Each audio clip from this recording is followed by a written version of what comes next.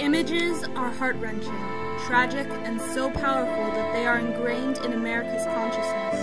Bloody footprints in the snow left by bootless men, near-naked soldiers wrapped in thin blankets, huddled around a campfire that gives off little heat.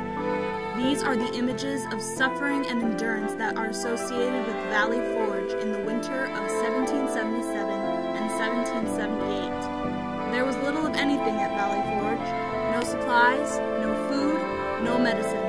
The Continental Army could not afford to send help to the brave soldiers who had fought the British in Philadelphia for months.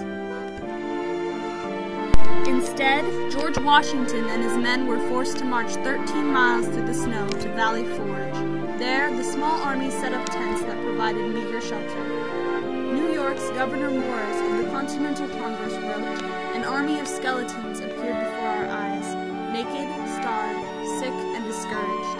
The unfortunate soldiers were in want of everything. They had neither coats, nor hats, nor shirts, nor shoes.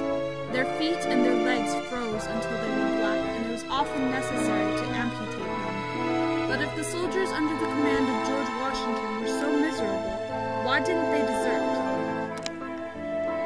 One reason is that before and during the American Revolution, the Enlightenment was happening. The colonists were exposed to new ideas that spurred their feelings of patriotism. They were no longer citizens of England, they were Americans. Another reason the soldiers didn't desert the Continental Army was the pull of powers over them. On one side, George Washington was a strong general who extracted the best out of his men and kept his troops together. On the other, Parliament imposed harsh laws and taxes from the colonists and gave away any hope of ensnaring them. The most important reason the soldiers didn't desert was that they believed they were doing the right thing.